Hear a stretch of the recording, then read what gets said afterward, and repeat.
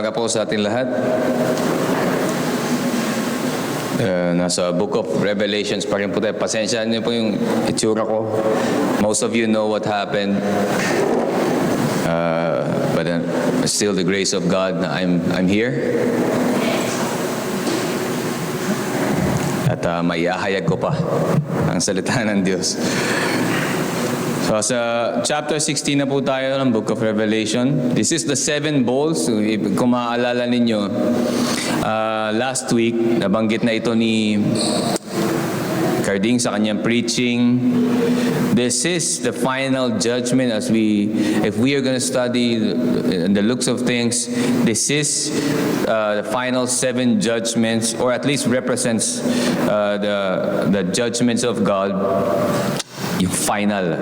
Pero we can always get references from historical situations or instances, happenings connecting to the 7 bowls. Pero hindi po natin tatapusin ngayon yung 7 bowls. Mag-focus lang tayo sa 6. Yung 7th bowl, si Elder Ed po ang mag-preach sa atin connecting to the chapter 17. So simulan po natin, babasahin ko po yung chapter 16 verse 1 to 16. And then hopefully by the grace of God, He will teach us through His Word.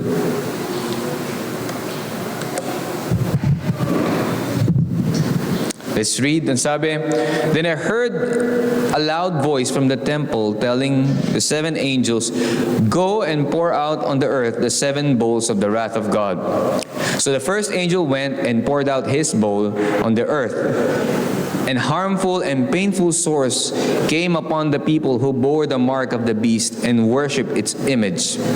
The second angel poured out his bowl into the sea, and it became like the blood of a corpse, and every living thing died that was in the sea. The third angel poured out his bowl into the rivers and the springs of waters, and they became blood. And I heard the angel in charge of the waters say, just are you, O Holy One, who is and who was, for you brought these judgments. For they have shed the blood of saints and prophets, and you have given them blood to drink. It is what they deserve. And I heard the altar saying, yes, Lord God, the Almighty, true and just are your judgments. The fourth angel poured out his bowl on the sun, and it was allowed to scorch people with fire. They were scorched by the fierce heat, and they cursed the name of God who had power over these plagues. They did not repent and give him glory. The fifth angel poured out his bowl on the throne of the beast, and its kingdom was plunged into darkness. People gnawed their tongues in anguish and cursed the God of heaven for their pain and sores. They did not repent of their deeds.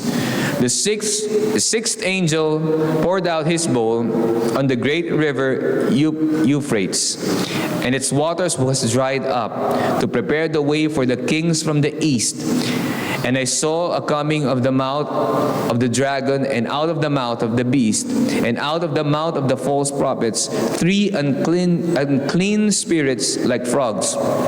For they are demonic spirits performing signs, who go abroad to the kings of the whole world to assemble them for battle on the great day of God the Almighty. Behold, I am coming like a thief. Blessed is the one who stays awake, keeping his garments on, that he may not go about naked and be seen exposed. And they assembled them at the place that in Hebrew is called Armageddon. Let's close our eyes, let's bow our heads, and let's ask God's guidance this morning. Let's pray. Dakilang mo sa langit, Panginoon, nagpapasalamat kami sa umagang ito na panibagong araw, Panginoon, na binigay niyo sa amin. Panibagong araw, Lord, that we can celebrate your resurrection, and we can join one another, Panginoon, in worshiping you, in studying your word. Lord, help us to see this day as a holy day, at mabigyan kayo ng glory, Panginoon, sa araw na ito, whatever we're gonna do throughout this day. But as we study your word this morning, Panginoon, guide us, help us understand your words, help us understand the symbols, Panginoon, na binigay niyo kay Apostle John, na mag-reflect ito, Panginoon, because the truth of your word remains and is consistent throughout all history hanggang sa panahon namin, hanggang sa mga darating na panahon, Lord. Help us to see what's gonna happen in the future and help us na makita, Panginoon, yung necessity of gospel sa mga unbelievers bilang mga Kristiyano, and help us to see na yung justice ninyo sa kanila, sa mga hindi mananampalataya, at yung wrath ninyo ay holy and pure and purposeful, Panginoon, that we may truly glorify you sa magitan ng inyong wrath, Panginoon, dito sa mga taong ito. And if there's anyone in this morning, Panginoon, na habang kami nag-aaral, Panginoon, na walang pananampalataya sa iyo, may this very wrath of yours na inireveal mo kay Apostle John, move them and touch their hearts, Panginoon, and makita nila, Panginoon, and they may repent of their sins and come to you. We pray for your wisdom. We pray for your guidance this morning. Help us to learn. Again and again, we say, Lord, without your knowledge, without your wisdom, Lord, we won't be able to understand and study your word properly. Guide me as your preacher. Gamitin niyo lang po ako as a vessel. I don't know anything, Lord. But help us, help me to speak sa aming congregation this morning. This is our prayer in Jesus' name. Amen. Ang title po ng ating sermon this morning ay God's Righteous Wrath. Most of the time, kapag nakakarinig tayo ng galit, puot, laging kinokonekta natin yon sa masama. Di ba? Parang vengeful, basta yung puot, di ba? Naririnig na natin yan. Yung matinding galit. Kaya laging sa Christian community, hindi lang sa Christian community, pero naging values na ito ng sangkatauhan sa buong mundo na being too angry. Diba? Being too angry, too wrathful ay masama. Diba? But we're gonna see how God executes His wrath. At kaya I titled the message, God's Righteous Wrath. Because only God can be wrathful and righteous at the same time. Ang message po, yung pinaka-theme ng ating message, God pours out His just wrath on the rebellious world, exposing its hardness of heart and preparing for the final confrontation between Christ and His enemies. Let's look at the first verses and let's try to study them. Let's look at verse 1. At yun din yung point number 1 natin. Then I heard a loud voice from the temple telling the 7 angels, go and pour out on the earth the 7 bowls of the wrath of God. So what can we see from the first verse? Ito na yung nagsimula na, yung judgment ng Panginoon. But from our previous studies, from our previous preachings, alam natin na matagal nang nag-start ang judgment ng Panginoon sa mga unbelievers.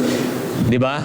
Throughout all history, and later we're gonna look at some references historically where God has executed His judgment sa mga tao. No? These things, God's judgment will not just happen in the future, but yes, it will be intensified. No? As the time, yung pagpapalapit na yung pagbalik ni Kristo, titindi pa to. Pero ibig sabihin, we are already seeing yung form of judgment na ini-execute ng Diyos. Nakita natin, di ba sabi there, heard a loud voice from heaven temple and go pour out on the earth 7 bowls. So what can we see from here?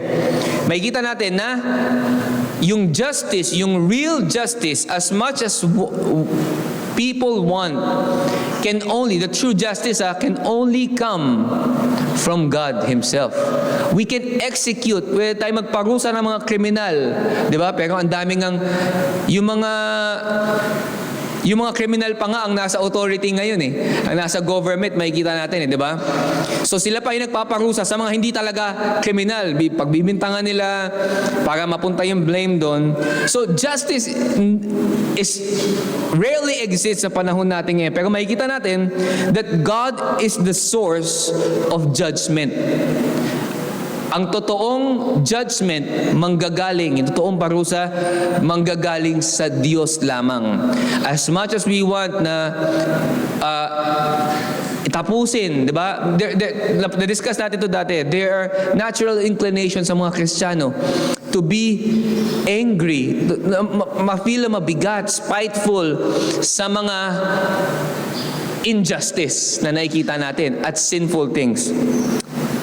Pero, the first verse pa lang ng ating passage shows us na it's never us ang mag-execute nito as much as we want to try. But the true judgment will only come from the Lord. May kita natin, it came from the temple, ang sabi, di ba? Not from any human initiatives. Dati na ituturo sa atin na, mamaya mag-discuss natin yung War Armageddon.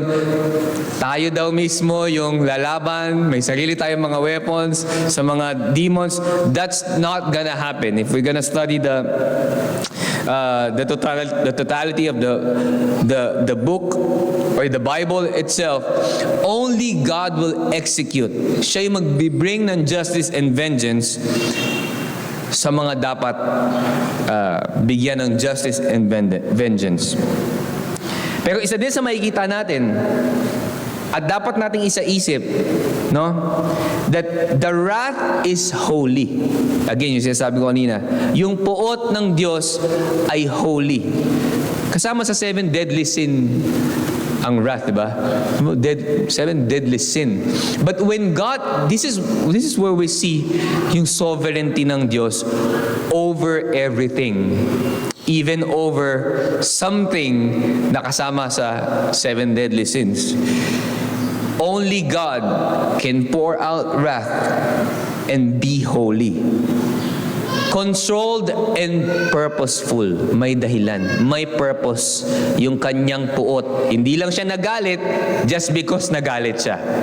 Just because He wants to be angry. May purpose, may reason, and it is holy. At isa sa makikita natin, kung papansinin nyo,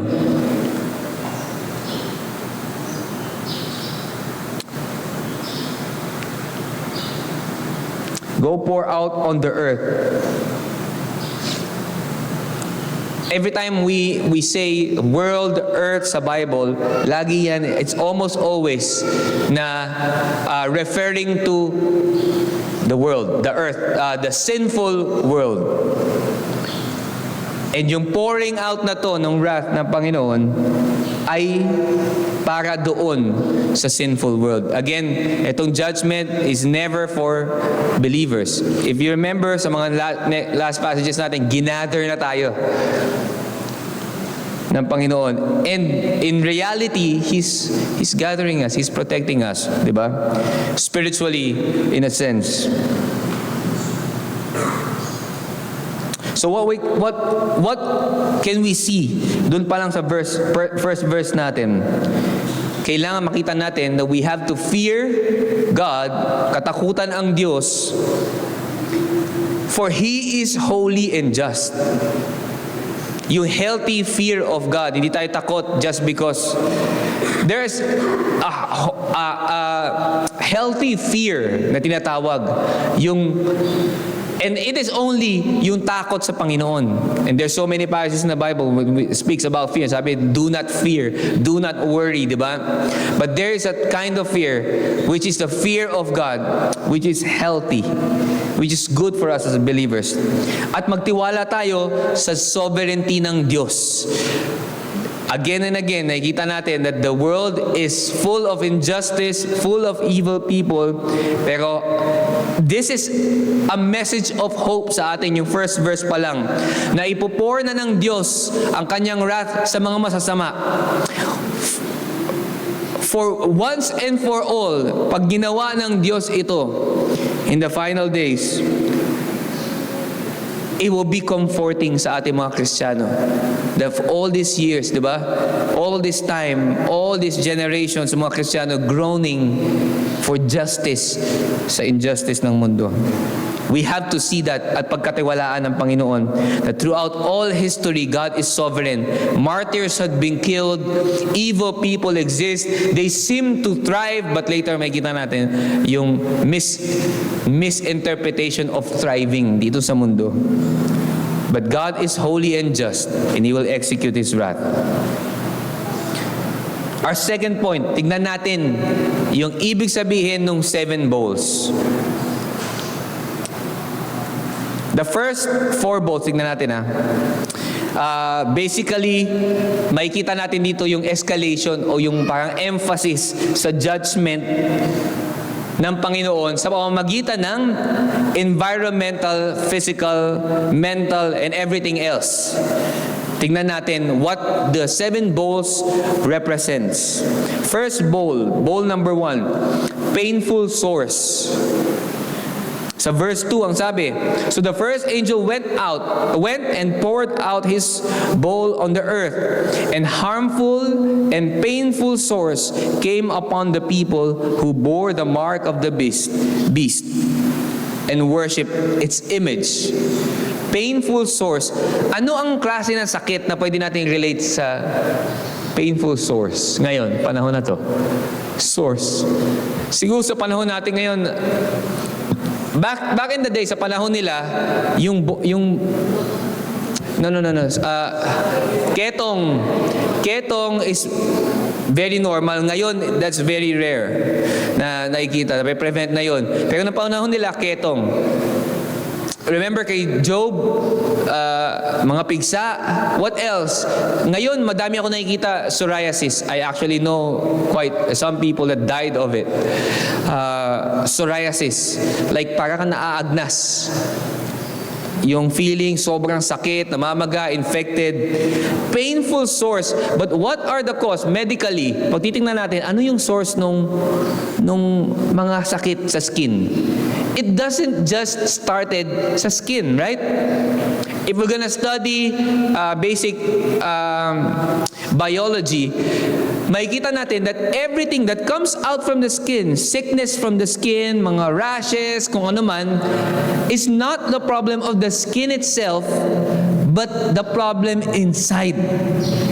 Mainly the gut or whatever is not healthy sa loob mo. Lumalabas yun sa balat. Let's look at that. Painful sores. So nakita din natin yun at ang tinarget, hindi mga Kristiyano. That's why this is judgment for unbelievers. Those with the mark of the beast on target. Represents God's judgment on false worship. Sabi kasi, di ba, sa verse 2, bore the mark of the beast and worshipped its image. False worship. What are the examples of this? Pero kung titignan muna natin, kung titignan natin sa Exodus chapter 9, huwag natin basahin, this echoes, o pinapakita din ito, yung plagues. If you remember sa Exodus, yung plagues ng boils, mga pigsa, this echoes. And if you remember, noong time na yun sa Egypt, judgment din yun sa katigasan ng ulo ni Pharaoh, right? So that is also a judgment. Ito yung parallel reality and verse dito sa part na to. But it symbolizes something else. It symbolizes more things, deeper things, and we're gonna look at that. So, tingnan natin anong ibig sabihin ng boils. Bakit kaya ginamit ay boils o yung sores? Sore symbolizes spiritual and physical affliction from false worship and idolatry. Ano yung mga pwede nating example dito? Pero tingnan muna natin yung deeper meaning. It represents inner corruption and moral decay, visible outwardly. Inner corruption. Every one of us, no, ay may sinful nature and sinful tendencies, even us Christians. But it is far more serious and deeper and more, ang tawag dito, rooted sa mga unbelievers. Tayo, we are a new creature, di ba? All things has passed away, and behold, all things have become new. We are a new creation. Binago na tayo ng Panginoon, although we have tendencies to go back, but it's not our nature, it's not in our deep nature to sin anymore. We are still tempted, we still sin, we're still in our sinful flesh, but it is not anymore. Nasusuka na tayo sa kasalanan. Unlike unbelievers, they enjoy it. It is deeply rooted in their souls. So inner corruption and moral decay, visible outwardly. What are the examples of this? Historical, muna tayo. Tignan natin yung historical. Remember, yung panahon ni Hitler, Nazi regime. If we're gonna look at it, yung moral decay, ang iniisip ni Hitler, kaya inubos niya yung mga Hudyo, iniisip niya tama yung ginagawa niya, di ba? Parang ang pakilala pa nga niya, Christian siya eh. You see the moral corruption sa isip ni Hitler, and it lumalabas yun. Nabubulok yung kanyang flesh. And ano yung mga nangyari noon? Si Hitler, hindi lang si Hitler, pero pati si Stalin. Yung mga si Stalin naman, communist naman to. It often collapsed from within due to moral rot and spiritual rebellion they embodied. So the evilness of people, yung na-discuss natin last week, yung mga tao na pumatay nung sangkaterbang babies to get their organs to sell them. Yung kay Atong Ang na mga sabungero, pinatay niya. What does that show us? It is judgment of God sa kanila. That is the source. Yun yung mga ketong. And you can see it outwardly. It's very visible that they are evil. Pero kung titignan natin naman sa atin, in application sa ating buhay, hindi sa ating mga Kristiyano lang, pero yung nakikita natin sa kabuuan, what are the examples of this idolatrous lifestyle? Diba? Kasi idolatry to worship false gods. PJ, wala naman kung sinasambang, wala naman nakikita sinasambang kung ano-ano. Of course, nakikita natin yung mga, kung may kaibigan tayo, mga kapamilya, mga Katoliko, they literally worship images, di ba? Yung mga ibang religion din, they worship the sun, they worship mga baka, kung ano. They're idolatrous. But what is, kung titingnan natin deeper, or mas magiging sensitive tayo, ano yung mga forms of idolatry? Makikita natin ngayon.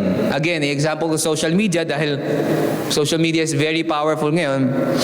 Addiction to power. Addiction per se, any form of addiction is form of idolatry.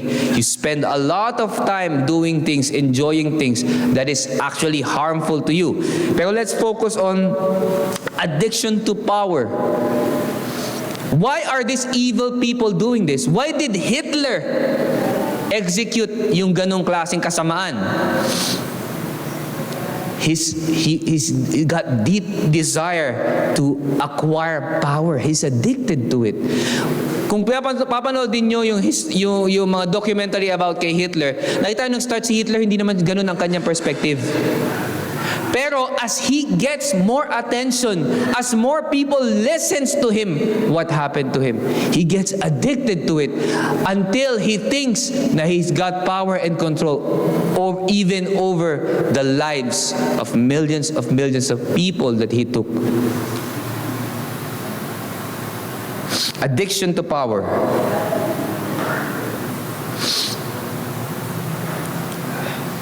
Hindi lang power, addiction to money, addiction to pleasure. Yan sinasabi natin kanina. Those are form of idolatry. And that is very rampant. Just look outside. Just look at our friends, our workmates, our schoolmates. Hindi na natin kailangan lumayo. Some of our family members, maybe, addiction to these evil things. Money is not evil. Power is not evil. Pleasure is not evil. God has given us things that ma-enjoy natin. But when we go addicted sa kanila, it becomes idolatry. Now we worship these things. And what does this do? It often leads to deep mental or physical breakdown. Haven't you seen this? Isn't this very obvious? I don't know if anyone is experiencing this. Pero makikita natin to sa mga sikat na tao. See, popular people, rich, popular people, take their lives. Nagpapakamatay. Nakikita niyo yan? Mga mayayaman, mga influential na tao, hindi pa kontento sa buhay nila. Kalunos-lunos pa rin. If you just gonna look at the lives ng mga Hollywood celebrities, ang yayaman nila, sikat na sikat sila, but look at their lives. They're not even happy. They're faking their happiness. Sa kanilang mga bibig mismo lumalabas na hindi sila masaya sa buhay nila. There's nothing in this wealth. Sa bibig mismo nila lumalabas. And they're having mental and physical breakdown. And those are evidences of God's divine judgment on them. Not just mentally, nasisiraan sila ng bait, suicide, pero physically as well. So many people na nagsasubscribe sa worldly principles get sick. What do I mean by that? Nabanggit ko na sa inyo yung aking stand when it comes to COVID and everything. Sa mga medical procedures sa mundo, basically, the medical society, I have different perspective sa kanila. But all in all, if we're gonna see, there's more people, more cancer patients that died with chemotherapy than the cancer itself. I have a very close friend, very, very close friend that died and chemo killed her, not her cancer. When we subscribe to the worldly principles, ideologies, and system, we suffer physical and mental breakdown. Let's look at the second bowl.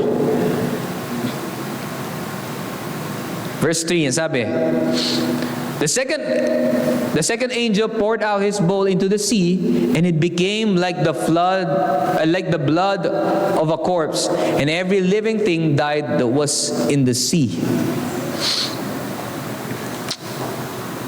What can we see from this? Kung makikita natin, yung example niya, all life in the sea died. Di ba sabi? The sea turns into blood. Naging dugo. What does the sea represent? If you remember, na example ko to dati. The land represents the believers, the elect. The sea represents everyone else. Unbelievers, the sinful world. And look at this. Diba? All sea life dies. It reflects divine judgment on global scale o yung global system. Anything. Yung, ang tawag dito, yung ating Babylon. The Babylon. It represents the collapse of the economic and political world system. Sea, yung dagat often symbolizes nations and commerce. Sa Biblia, if we're gonna talk, yun nga, na-discuss natin yun. Yung difference niya. So what are the examples that we can see na pwede nating ma-relate dito? Connecting, of course, this will get yung final judgment ng Panginoon will be worse, pero kung titignan natin, there are references in history that we can see that God is executing His judgment. Yung second bowl, sea that turns into blood, What are this? Collapse of economic system, political systems. From history, world wars, World War I, World War II. Isn't that a collapse of system? Ito mga nakaraang wars, Gulf War, lahat ng klase ng war. Yung Civil War, at lahat ng klase ngayon, yung nangyayari sa Russia, ngayon nag-aatakihan. What is happening kapag nangyayari yun? We can see devastation. We can see destruction. And this is God's form of judgment sa global system. Ginagamit ito, tinitake advantage ito minsan ng mga elites. They're using it. But this is a form of judgment ng Panginoon sa mundo. May kita natin yung pag-fall ng economy pag nangyayari yun. Pag nagkaroon ng war, remember, war sa Russia, ano nangyari? Pati tayo apektado. Nagtaasan ng presyo ng gasolina, ng bilihin, lahat-lahat. It's a collapse. And it is God's way of judging people economically, politically.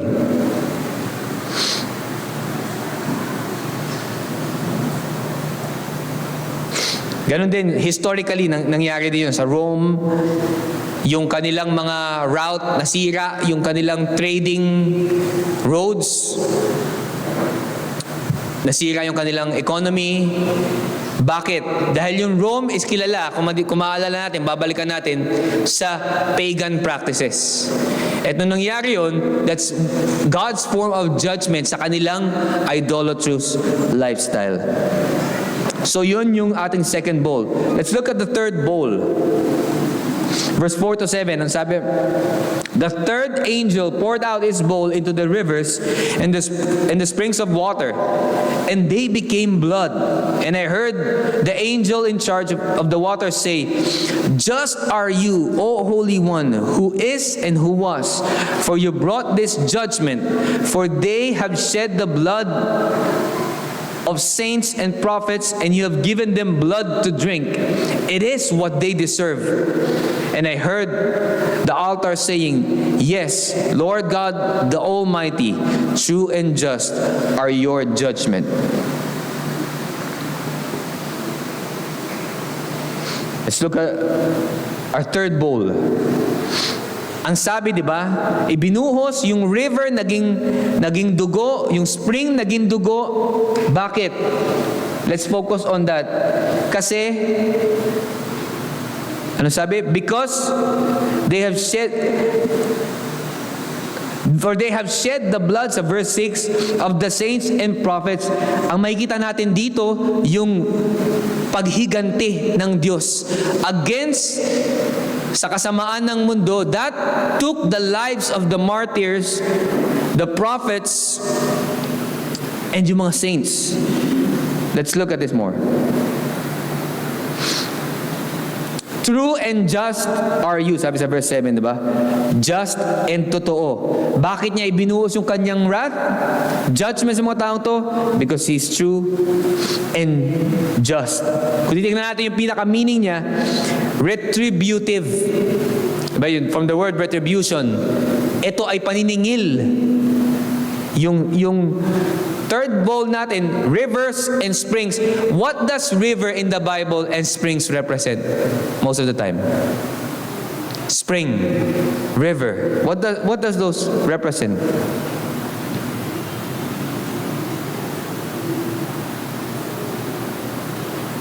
Most of the time, they represent source of life or life in itself. Spring, the waters. Pag nababanggit siya sa Bible, source of life or life ang springs. Anong sabi? Yung springs, katulad ng sea, pero of course, there are different pictures. Sea represents humanity, the evil humanity. Yung spring and waters represents the source of life or life itself, yung buhay naman, na naging dugo. So, judgment falls on the source of life, yung water.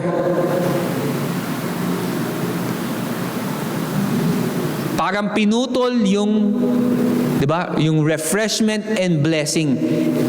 Pinutol yun ng Diyos, and it's a form of judgment. Hindi lang literally yung source, but the life itself. Ano yung mga example historically na pwede nating makikita dyan? Na yung mga Kristiyano pinatay, mga martyrs pinatay, tapos nagkaroon ng disaster after that happened. Yung French Revolution, if you know, historically, nagkaroon ng French Revolution, nireject nila yung Christianity at ang daming Kristiyanong pinatay. Pastors na pinatay. So what happened after that? Hinusgahan sila ng Panginoon. Ang daming nagkaroon, yung French Revolution, ang daming namatay. And again, yung societal collapse nangyari. Nasira. Yung source of their food, source of clean water, dahil sa war, na-halt lahat. And that is God's form of judgment over these people who killed pastors. Pumatay sa mga pastor, pumatay sa mga Kristiyano. May kita din natin ito sa Bible, isang example na pwede natin makita, yung si Pharaoh sa Exodus as well. Nag-shed siya ng blood ng mga Jews, and what happened? God turns Egypt's water into blood. It's a picture as well of what will happen in reality. And nakita natin yun historically, and nakikita natin yun ngayon, and mas makikita pa natin yun as the coming of Christ draws near. Let's look at the fourth bowl. The fourth bowl. Verse 8 to 9. And sabi, the fourth angel poured out his bowl on the sun, and it was allowed to scorch people with fire. They were scorched by the fierce heat, and they cursed the name of God who had power over these plagues. They did not repent and give him glory. May kita natin yung pag-intensify ng judgment ng Panginoon. Ang representation ng scorching heat, yung sun na ginamit daw scorching heat, every time we see fire, di ba? Na umiinit, o yung araw na matinding naging may what does that show us? It shows us na patindi ng patindi, di ba? Fire represents yung progressive burning, di ba? Kapag nagkakaroon ng mga forest fires, kasi gumagapang ang apoy, painit ng painit. As the fire goes bigger, it gets hotter and hotter.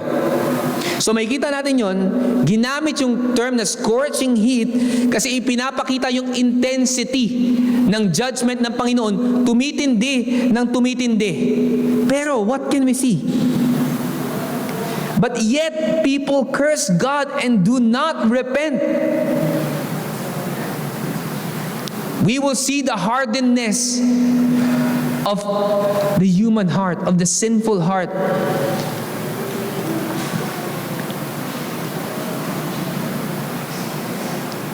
Reveals the hardened hearts of those under wrath. No repentance, only blasphemy. Imbis na nagkaroon ng problema, bumagsak ang society, nagkaroon ng pangangailangan ang mundo, maraming namatay, imbis na ang tao lumapit. We can see from the people of God, from the Old Testament, every sakuna na nangyayari, what does the people of God do? Sa Old Testament kasi natin pinakamakikita yan eh. What do they do? Yung may nagkaroon ng taggutom, nagkaroon ng mga bagay-bagay, mga kahirapan, yung totoong mga tao ng Diyos, yung kanyang mga prophets, what do they do?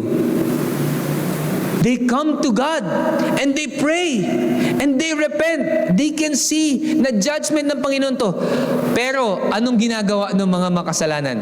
Remember the Jews, dun sa 40 years silang nasa wilderness. And we believe na yung mga Hudyo na yun, hindi ligtas ha.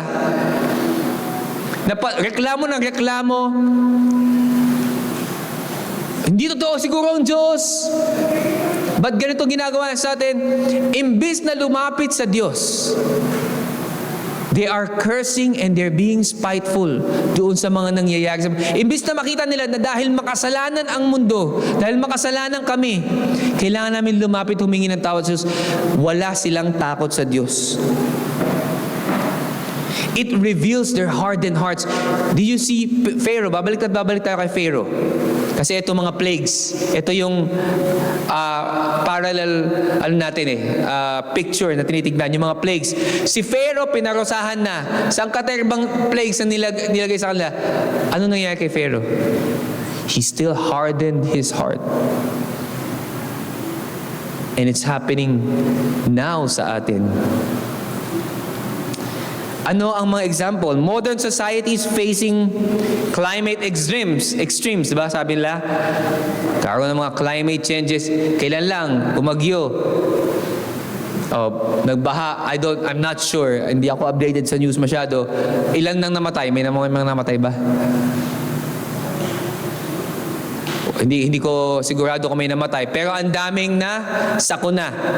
Bahay na nasira, mga properties nasira, probably may mga namatay, I'm not sure.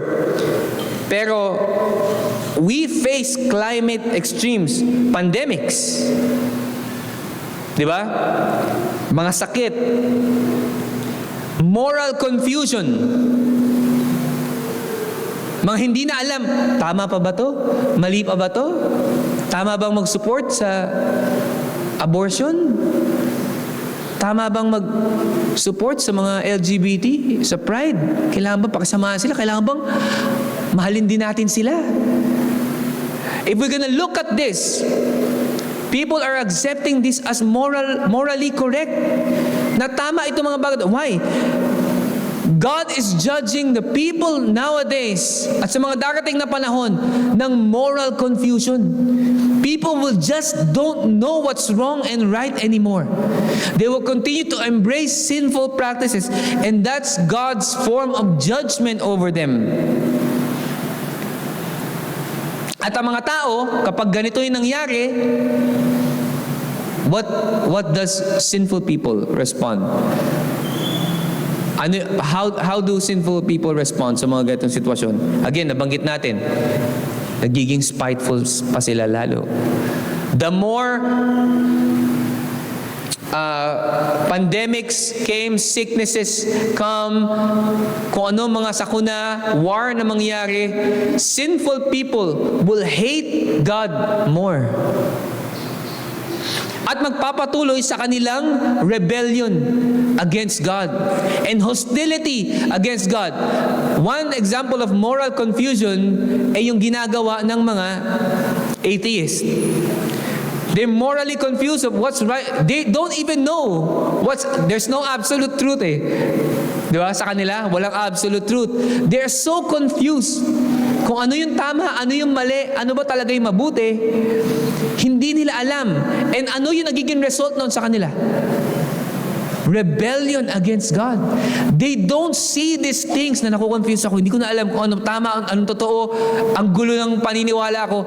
Ano yung nagiging respond nila doon? Therefore, God doesn't exist. Therefore, I'm gonna attack all Christians. Pagtatawanan ko sila, niniwala sila sa Diyos na yan. Hostility towards God, yun ang answer nila sa mga judgment imbis na mag-repent. But we can see here na God intentionally does this. Para ano? Katulad kay Pharaoh, para maipakita sa ating mga mananampalataya na yung mga plagues na to na ibinibigay ng Diyos shows, reflects, emphasizes, highlights the hardness of man's heart. Ang katigasan ng puso ng mga tao. And we as Christians should see this, should realize this. Of course, we cannot do anything about it sa sarili nating lakas. But we do everything to share to them the Word of God because we may never know. Because we know. We never know talaga in reality kung sino kung may mga tupa pa na nasa mundo ng kasalanan. God's wrath is not only punishing, but it's also revealing. Ang puot ng Diyos reveals the true intentions of the heart. There's one good example na laging si Kuya Jan dati sinashare sa amin about ano kayang gagawin ng mga tao pag nasa impyerno na sila. Diba? Umiiyak daw kasi, diba? Gnashing of teeth, screaming. Yun yung naisip natin pag nababanggit yung impyerno. Ano kaya? Anong sinasabi nila? And there's one thing I remember every time, lagi siya sabi sa amin ni Kuya Jan noon, na when people are gonna be in hell, hindi sila, Lord, maawa ka na sa amin, sana ganito, sana ganyan. They will curse. Bumurahin nila ang Diyos. While they're there, being punished for eternity, tuloy-tuloy na kamumuhian nila ang Diyos. And it will continue to reveal their hearts kahit nandun na sila sa final form of extreme judgment. And that's just the truth sa kasamaan ng puso ng mga hindi mananampalataya. It exposes sin. Ang puot ng Diyos, makikita nyo ang reaksyon ng hindi mananampalataya sa mananampalataya pag may mga sakuna. Pag may mga masasamang pangyayari. Kapag namatayan ng mahal sa buhay, ano ang reaksyon ng mga hindi mananampalataya? Diba? Yung sudden death, hindi yung expected death, yung biglang namatayan. Anong reaksyon? Kapag nabugbog, unfairly, anong reaksyon ng mga hindi mananampalataya? Ba?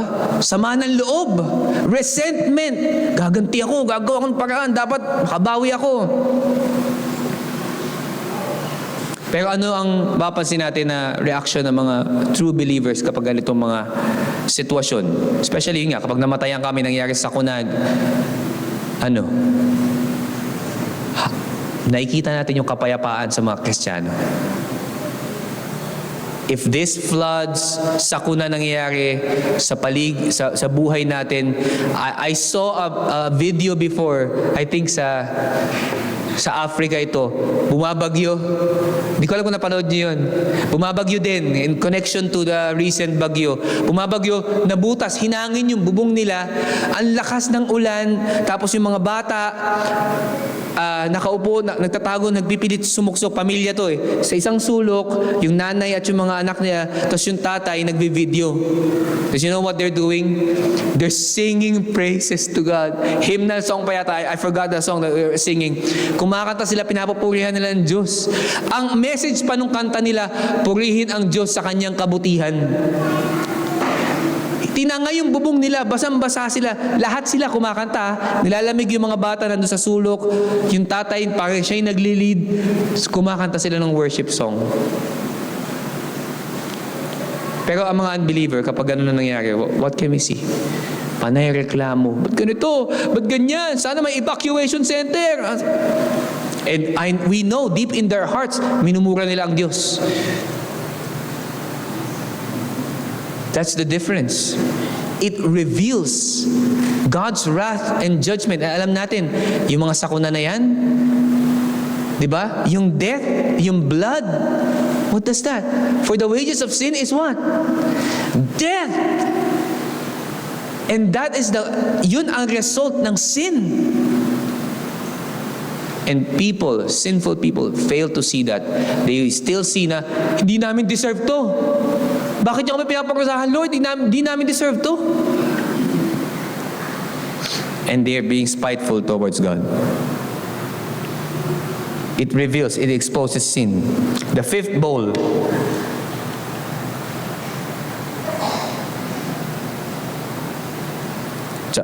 Point number 3 natin. 10 and 11. Let's read it again. The fifth angel poured out his bowl on the throne of the beast, and its kingdom was plunged into darkness. People gnawed their tongues in anguish and cursed the God of heaven for their pain and source. Again, they did not repent of their deeds. They gnawed their tongues in anguish and cursed the God of heaven. Naghihirap na sila. They gnawed their tongues. Paano ba yun? They gnawed their tongues. Nakakagat na nila yung dila nila sa hirap. Pero, they cursed the God of heavens. How can these people not see that in these times of in the hardest times sa buhay, the only thing we need to do is to come to God. The only help that we can get is from God. But they don't. They don't. They are blinded. Ano sabi? Darkness, di ba sabi? A picture of spiritual and moral collapse sa kaharian ni Satanas. What does darkness represent? Blindness, confusion, despair, kadiliman, hindi makakita.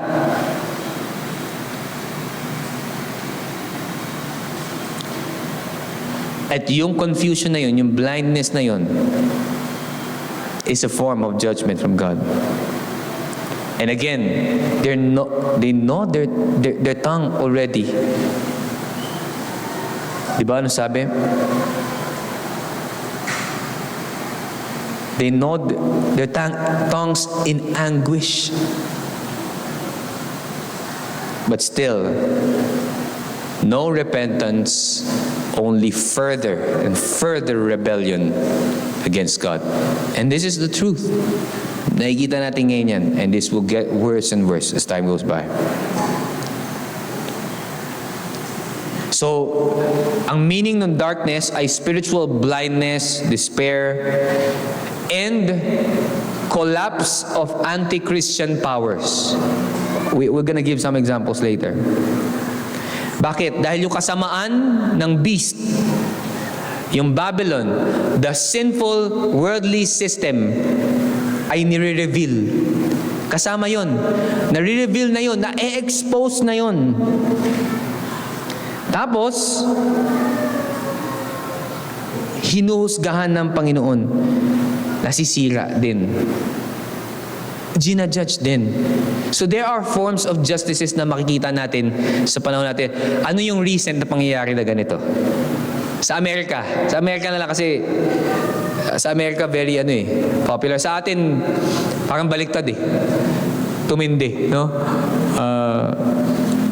Or yung pumalit na administrasyon sa government, matindi. And it's God's form of judgment as well.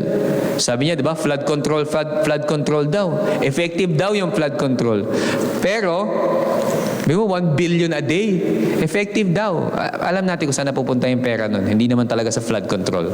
Huwag na lang daw pansinin, padaanin na lang yung mga bagyo. And that's evil. Pero recently sa Amerika, ano yung nangyari? Yung American government is so pushing already sa administrasyon ni Biden.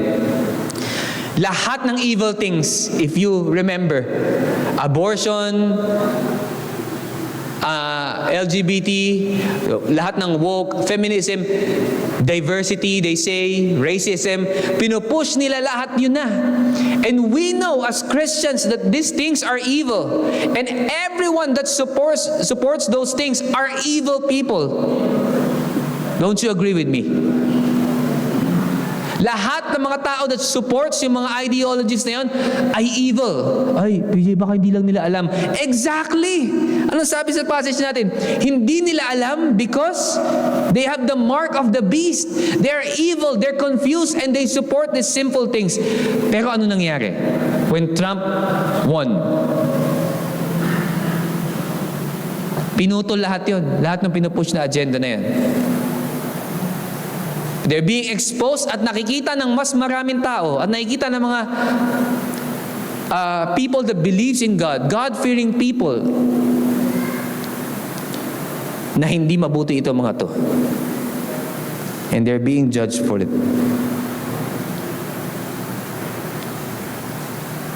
What are the example? If you remember, yung, I don't know if you know this, pero nagkaroon ng communist regime dati sa Eastern Europe. Atheism, persecution of the church, lahat ginawa nila yun. Pero bumagsak din yun eventually. Sinira yung government na yun. But at the same time, mas matinding judgment, hindi yung pagkasira, pag-fall nila, pero yung moral and spiritual bankruptcy o yung moral and spiritual collapse or destruction ang mas matinding judgment sa kanila. Oo, bumagsak sila, pero nasan ba sila? Si Biden nasa ngayon? Nasa mansion probably. Di ba? But what is God's judging them of na mas matindi?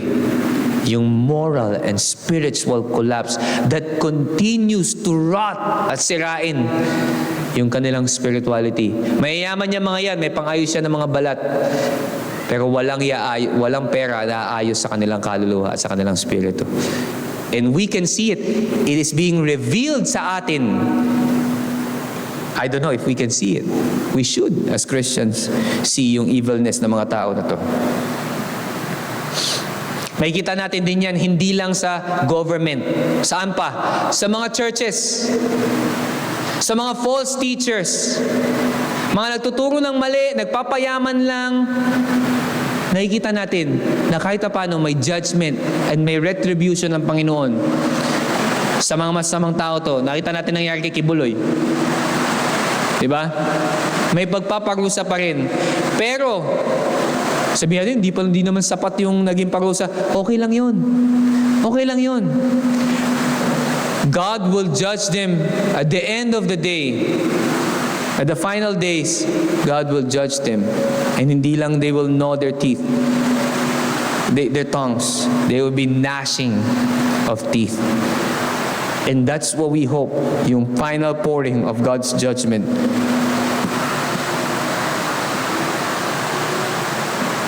False churches are often plunged into confusion and despair, bearing God's hands of discipline.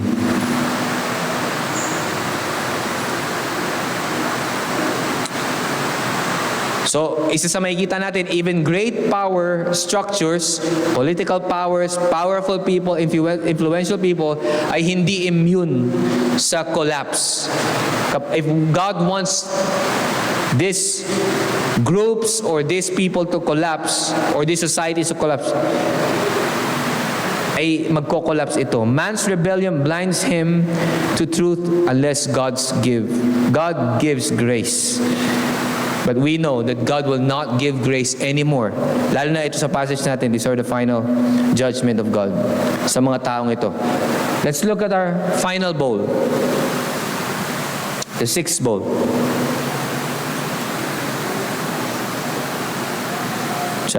Verse 12 to 16. The sixth angel poured out his bowl on the great river Euphrates, and its water was dried up to prepare the way for the kings from the east.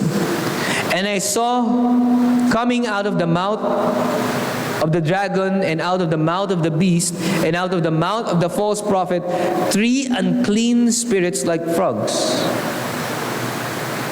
For they are demonic spirits performing signs, who go abroad to the kings of the world, to assemble them for battle on the great day of God the Almighty. Behold, I am coming like a thief. Blessed is the one who stays awake, keeping his garments on, that he may not go about naked and be seen exposed. And they assembled them at the place that in Hebrew is called Armageddon. The sixth bowl. This is the preparation for the final battle. Ito na po yun. The final judgment of God. Tingnan muna natin yung drying of the river Euphrates. Actually, historically, ngayon yung Euphrates, parang ang dumadaloy na lang na tubig doon, parang stream na lang. It's literally drying. Remember, sinulat ito 2,000 years ago, maayos pa ang agos ng river. Pero because of the nagtayo ng mga infrastructures like dams, and natutuyo na ngayon. And there's so many environmental things that's going on, na negative things na nangyayari doon sa lugar nila because of the drying, natutuyo. This is one prophecy na as being fulfilled, natuyo na. Yung river, yung Euphrates River. Pero, it's not just a geographical and historical reference. Let's look at it. But a symbolic barrier between Israel and historic enemies. Yung river Euphrates, symbolic barrier yan para hindi makatawid yung mga kalaban sa kanila. Yung mga historic enemies nila, yung mga Islamic nations around them, na hanggang ngayon nakikita natin sa Israel, pinapaulanan pa rin sila ng mga missiles and all those stuff. So symbolically, that's a barrier, lalo na ng panahon nila na wala lamang advanced technology na mga aeroplano or naglilipad. They have to cross the river. Barrier yun. Pero ano sabi? It's drying up. It's drying up. Symbolically prepares the way for the kings of the east, yung mga kalaban. Nag-gather sila, nag-iipon para atakihin yung nations.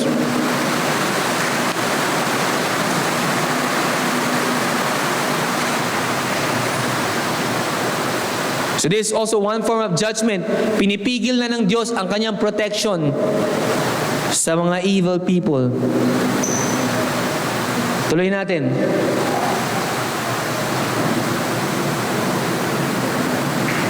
Sabi ulit sa verse 13,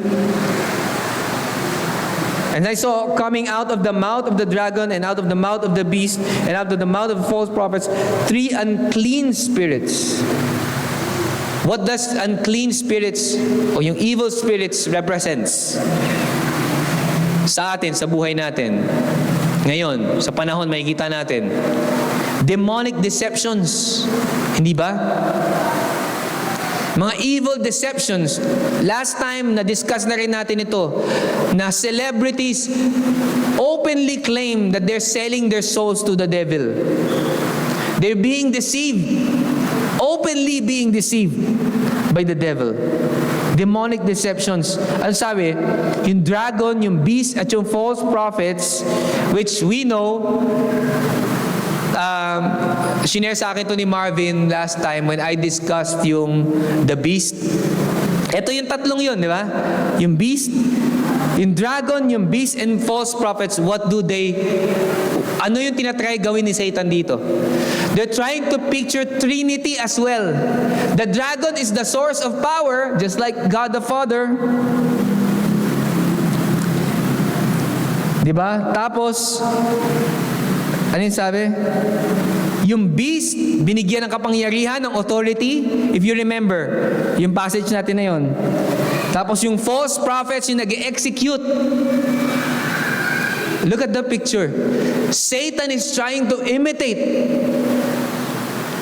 the Trinity because we all know that he's been trying to be God ever since, di ba? Kaya nga siya tinapon sa lupa. He's been trying to be God. At eto yun, yung dragon, yung beast, and false prophets sending out unclean spirits to confuse, to deceive people, to deceive humanity. And what we can see here, dito sa ating 6th bowl, ay yung judgment ng Panginoon is using Satan himself. Gagamitin yung deception niya to judge. And we can see God's sovereignty here.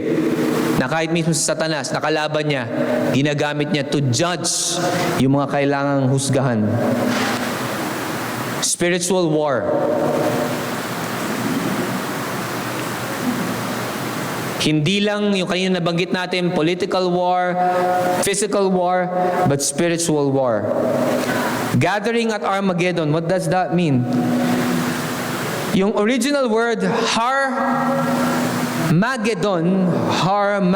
ang ibig sabihin nun, Mountain of Megiddo. A symbolic place of decisive battle. This is a symbolic place sa Israel noon na may war, na may gulo, na may laban. Yun yung ibig sabihin ng Armageddon. So basically, ang nire-reveal lang kay Apostle John dito that there's gonna be a battle. Not just physical war, not just societal, national war, but it's a spiritual war, which is far worse. There's gonna be God Himself and His holiness and His presence will wage war against these people. Tignan natin sa verse 15, anong sabi? After all the 6 bowls, na ipinakita yung judgment na Panginoon, anong sabi sa verse 15? Behold, I am coming like a thief. Sino to? Ito na yun. Christ is coming. Behold, I am coming like a thief. Blessed is the one who stays awake, keeping his garments on, that he may not go about naked and seen exposed. Nire-remind tayo. This is a reminder and encouragement sa atin. Pinakita ng Diyos ang kanyang judgment doon sa 6 bowls and next week pag-aaral natin yung 7 bowl. And hindi nagkulang si Kristo. Nagbigay siya ng hopeful message para sa mga Kristiyano. Habang sinasabi niya sa atin, nahuhusgahan ko ang mundo dahil sa kanilang evilness. Anong sabi ni Kristo? Behold, I am coming. Christ is giving us hope and encouragement. Darating ako at i-keep nyo, di ba? Stay awake. Yun ang sabi. Christ reminds believers to stay awake and be clothed. Remember, ano yung clothed? The armor of God. Our spiritual armor. Be clothed. Huwag kayong maging hubad. Spiritually alert and righteous.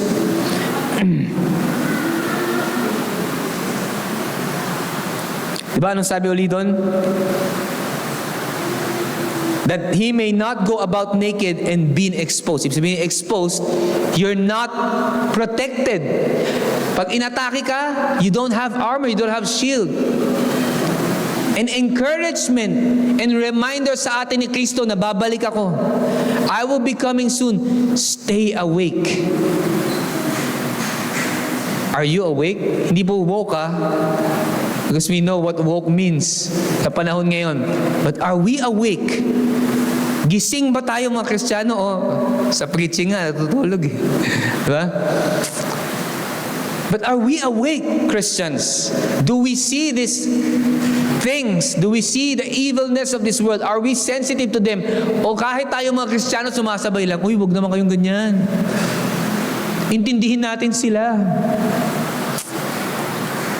Or are we, as Christians, openly speaking, wearing our armor, defending our faith against these people? Are we? And that's what Jesus is trying to tell us. Ini-encourage na tayo, stay awake and wear your clothing. Wear your armor.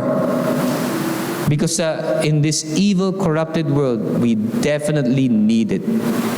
We definitely need it. Be righteous, wearing, ready. Of course, where do we get the armor? Diba? The armor of God. From the truth of the Scripture. So again, yung ibig sabihin ng Euphrates River drying, removal of restraint from evil to advance. Hindi napipigilan ng Diyos. Nakikita natin yan sa society natin ngayon. Nakikita natin sa mundo yan. Halos hindi na napipigilan. Ang kasalanan, ini-embrace na as if it's normal. Ni-embrace na and so acceptable na sa mundo. Hindi na nire-restrain. Yun yung Euphrates River. Dry up na ng Diyos. At ang evilness roams around everywhere around us.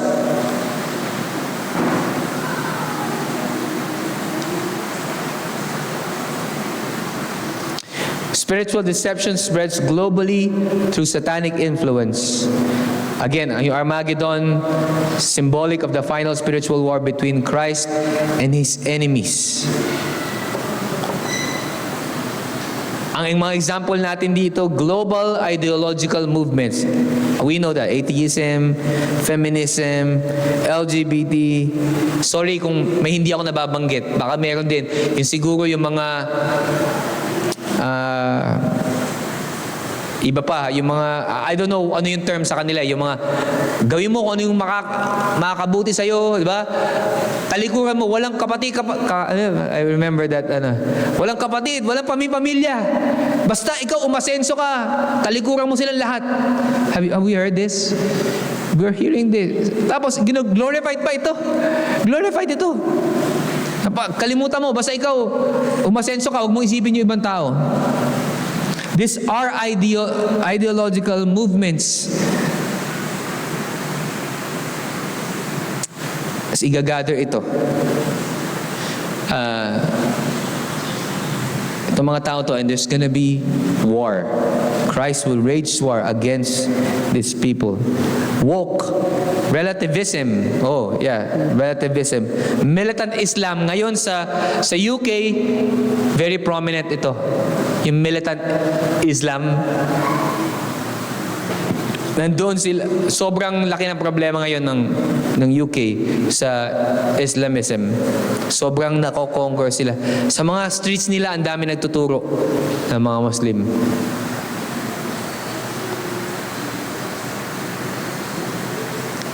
Nakikita natin yan. It's very clear na yung mga cultural trends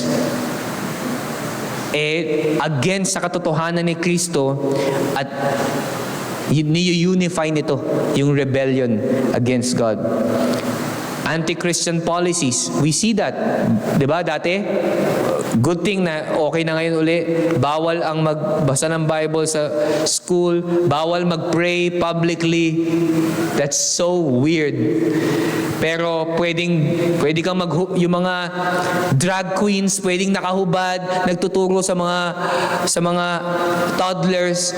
Pero bawal ka mag-pray publicly. These things are happening. Moral decline. And what can we see dito sa mga bagay na to? Ito po ay yung mga modern echoes of what is being told to us right now. These are showing us that Christ is coming soon. That judgment, the final judgment is very near. Very near. Diba? It may take more years pa, 20 years, 30 years, but it's very near. Let's stay awake, Christians. Stay awake and wear our full armor. Ano po yung application na pwede natin makita from our message? The world is heading towards a final showdown. Ang cool, ba? Parang main event. Nandun na tayo. Papunta na tayo sa main event. And there's gonna be a battle. There's gonna be a war. Diba? Kung maaalala nyo yung... This is just a picture I remember. Kasi alam ko marami dito ang mga bata na hindi na maaalala yung Lord of the Rings. Kapanahunan namin yun eh. Pero, yung Avengers, ano yun? Yung nilabanan nila yung ano ni Thanos, yung army ni Thanos, sa nagdatingan. Di ba ang cool tingnan? Hindi naman ganun yung mangyayari, no? Yung mga DSP natin, mga kapatid, ganun yung paniniwala nila. Pero, hindi ganun literal na mangyayari. But we are coming to the final showdown, to the main event. Unti-unti lang, pinupor ni God, unti-unti yung mga judgment, pinapakita niya sa atin. There are battles. At tayong mga Kristiyano, we are fighting our own spiritual battles every day. But one day, and we're looking forward to this, that the main event, the King, may sinabi ni Conor McGregor, natalo siya kay Nate Diaz. If you know this, these are MMA fighters. Tapos, bumalik siya, nag-rematch sila, natalo niya. Ang sabi niya, surprise, surprise, the King is back. Sinabi niya yun. So, somehow, of course, Conor is no one. He's actually a stupid guy. Pero, the real King is coming back. And it is going to be the main event. And the battle is not gonna be like Conor McGregor na muti ka pa siya matalo. This is a one-sided fight. And he's gonna win. He's gonna win this battle. So God's wrath, ipopor niya sa mundo, sa evilness ng mundo, not by chance, hindi dahil swerte lang o dahil nagkataon lang, but by God's sovereign orchestration. The church must be vigilant, clothed in faith, righteousness, and readiness. Tingnan natin yung tatlong final conclusion natin. Sa ating mga Kristiyano, no? Para i-summarize natin yung buong 6 bowls and what we can do and what we can see from it. Kailangan natin makita na we have to worship yung just na Diyos. Despite of the evilness na tinatamo ng mga Kristiyano, higit sa lahat, the martyrs, hanggang ngayon, nasi-share natin yan, na yung mga pinapatay na Kristiyano, God is just and we need to continue to worship Him sa Kanyang kabutihan at sa Kanyang pagiging just. Sa Kanyang pagiging judge. He is holy and His judgment are true. And it is our hope. Flee from the world system. Those aligned with the beast face certain judgment. And I beg you, brethren, flee from the system of the world. And there's so many faces to this. Kahit tayo mga Kristiyano, minsan confused. Ano yung tama? Ano yung mali? At tama na dapat natin gawin? Sa sistema ng mundo, we're just in a corrupted, crooked world. And we live side by side. Katabi natin, sa labas ng bahay natin, are evil societies. The unclean spirits waiting to devour even us, Christians, and confuse us. Please, brethren, be sensitive, be awake. Flee from the system of the world. Na-share na natin ano yung mga examples na yan. And you might not believe me, baka may iba kayong posisyon regarding government, regarding medical procedures, medicine, doctors, pharmaceutical companies. These are all, and I have to be honest with you, this is how I see this. These are controlled by evil entities. We have to flee from these systems. Hindi lang yon. Idolatry, the system of the world that continues to get our attention, na mag-focus doon kesa i-wear yung ating spiritual armor, spiritual clothes. We have to be vigilant, clothed in faith, righteousness, and readiness. Lastly, stay awake, di ba sabi ni Christ? And be ready. Because He will come like a thief in the night. We never know. Pero malapit na. Again, I'm gonna tell you again, malapit na. This might take decades more, pero malapit na. We have always to Kailangan lagi tayong ready. Ano sabi ulit sa verse 15? Blessed is the one who stays awake, keeping his garments on. Are we awake, brethren? Are we awake? And yung garments ba natin, yung clothes ba natin nakasuot sa atin? Or katulad lang din ng the rest of the world, we are swayed sa evil deception. Let's close our eyes as our heads. Let's pray. Dakila namin ang masalangit, Panginoon, nagpapasalamat kami muli sa oras na ito na binigay sa amin. Maraming salamat, Panginoon, sa inyong kabutihan, sa inyong salita. Maraming salamat, Panginoon, sa pagpapakita sa amin na someday your Son will come back, Lord. The true King will come back and destroy this evil world, Panginoon. Sisirain yung lahat ng kasamaan sa mundong ito, Panginoon. And finally, we will acquire judgment. We will acquire vengeance sa mga kapatiran namin na kinuha ang buhay, Panginoon, dahil sa kanilang work para sa inyo. Panginoon, aming mga martyrs na pinatay, the apostles that have been killed. Finally, time will come that true justice will be served sa mga taong ito, and we can't wait, Lord, to see those. We can't wait to see yung paghihiganti nyo na yun sa kanila. We can never do that, Father. Vengeance is yours. And we claim that with all our hearts as well. We have peace despite of these troubles, despite of all the injustice that we see in the world. Meron kaming kapayapaan. Because we know that one day you will come, your Son will come, and will deliver justice sa lahat ng injustice sa mundong ito, Panginoon. We thank you once again, Lord. And we thank you for reminding us, Lord, to be vigilant, to stay awake.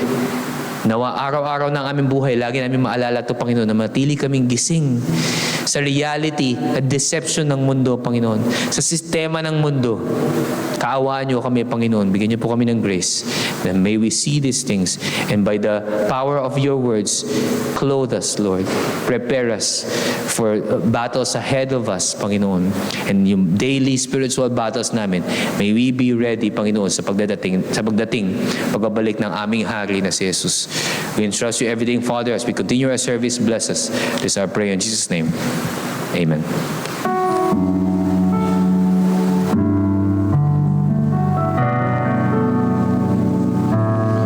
Tumayo po tayo lahat.